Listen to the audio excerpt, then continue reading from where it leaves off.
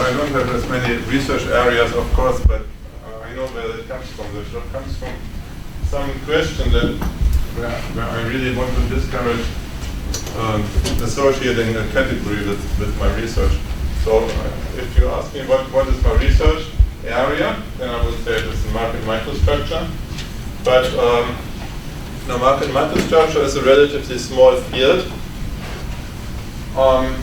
And it feels like when you do research in market microstructure, then there's not an interesting topic every year when you need to start a new paper. So what I started to do is to look at the other side of the market, where I can find perhaps answers to the question where information comes from that ultimately gets into prices. And so microstructure, I believe, is about how prices get in and out of the securities that we are trading. And so the next one step down would be to look at the trader types, okay, who are active in markets, and perhaps try to understand what they are doing to make inferences then about how the price discovery process works in a more broad view. So, and what that did then was that we started to work on short selling. So the short sellers are one group of traders where you can identify precisely where the informed people trade, because they have to have this short seller flag on them in the data. And so you know all that, and then I mean that's a lot of papers that came from that, because then alternatingly we sort of worked on microstructure issues and issues around short selling or retail trading. I'll come to that. So I was basically talking about this. My slides are fairly random because it was very late when I came yesterday. Hi, Ron. Sorry to interrupt. Thanks for welcoming me. Okay. So it was my literature review. It was one slide, and that is what we were talking about. So I guess my main message from the literature review is to, if you work too hard, if you try too hard to follow a strict framework of picking papers, I think that's not a good idea. I think you have to have at least to give yourself a chance writing a good paper, and so you cannot do that when you look at the research issues too narrowly, I believe. Okay, so when we choose a paper, more generally speaking, the idea is that we want to pick a topic and we want to write a paper that makes a contribution. Why? Because it makes very happy when you get positive feedback from the community and from journals and so on. And everybody says already this morning that if you don't make a contribution, you get rejected, then you get very sad, okay, you have to survive. And so I'm not sure that all that is so difficult, because some issues are relatively clear. So like Utpal said, if you have 3 ideas per week, so that's a good thing, and then most of them are not going to work out, most of them are not going to be good for papers.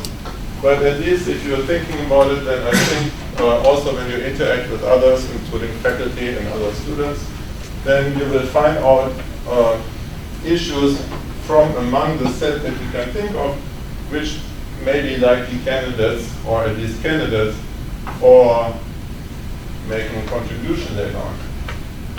Okay? So what do we need for a contribution? I believe not so much. We need a timely issue. We need alternatively contribute to policy discussions that are current. There may be papers around, there may be a discussion between, from a theoretical viewpoint, which theory we can support with the data that we have. And so if we have good data, then I think we can address you just have to pick the right topic. It's not the number of topics, it's the right topic. And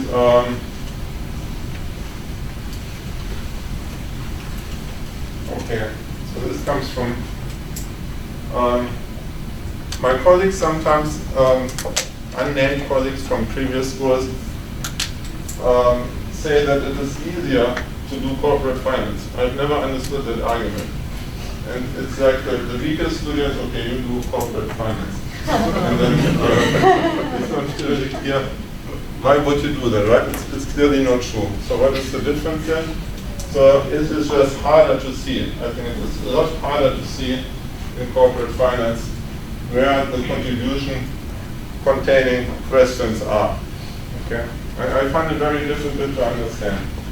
And sometimes you have to write in one way to be sort of, well, no, I shouldn't say that. So, okay, I really, the bottom line is, and that's all I can give you because I'm very jet lagged. It's still it is still true what I write on the slide. So, I believe that the top 3 corporate papers are not easier to write and publish in banking and microstructure papers. I think they are harder to write because, and why are they harder to write? Because I think in corporate finance, identification problems are worse and are still less important. I shouldn't say that. They are still less important in microstructure than in corporate finance, for example. And perhaps that is from the culture of refereeing or from other culture. That is what I think.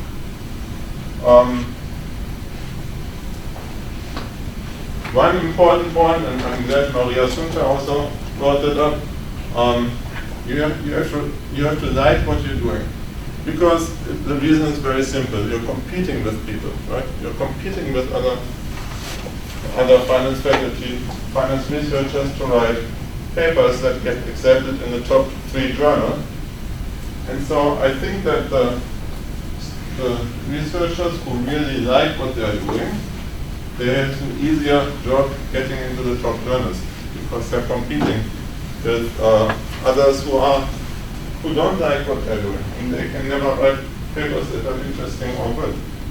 So I think we have to ideally find an area that we find interesting, and I think that will also help a lot in getting a paper published in the journal.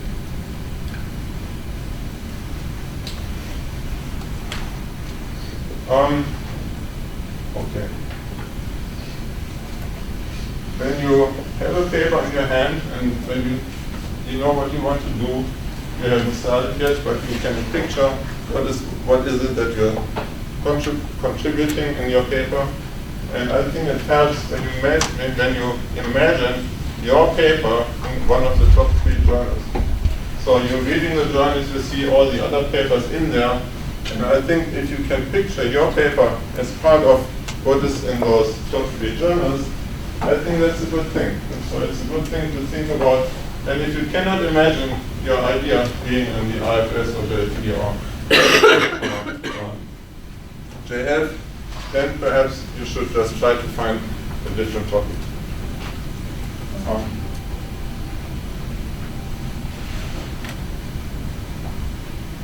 So, okay, a little bit about refereeing. We started already this morning. And by the way, of course, everybody, I mean, there's a lot of very nice comment letters around. So it was very hard to add to that. So that's not what I'm trying to do. But perhaps by looking at the way how I get from the questions to the answer, maybe that helps because everybody has different opinions. And so perhaps then it helps to see an issue from different sides. So in the refereeing process, for example, we talked about appeals. I've never done that in my life, and I don't know why. Because if the referee disagrees with me, then that is fine because there are so many other journals out there.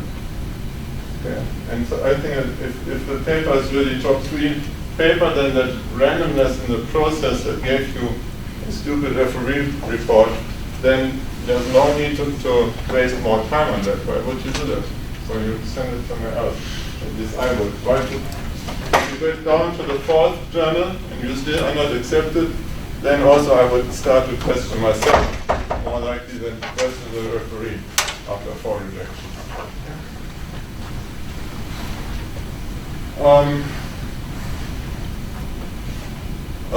What I think is a little bit worrying, just from the perspective of a reviewer or an editor, is that the number of pages that everybody returns to the editor, we too, because we feel like we have to also follow the trend, otherwise the editors think you're not taking this comment seriously.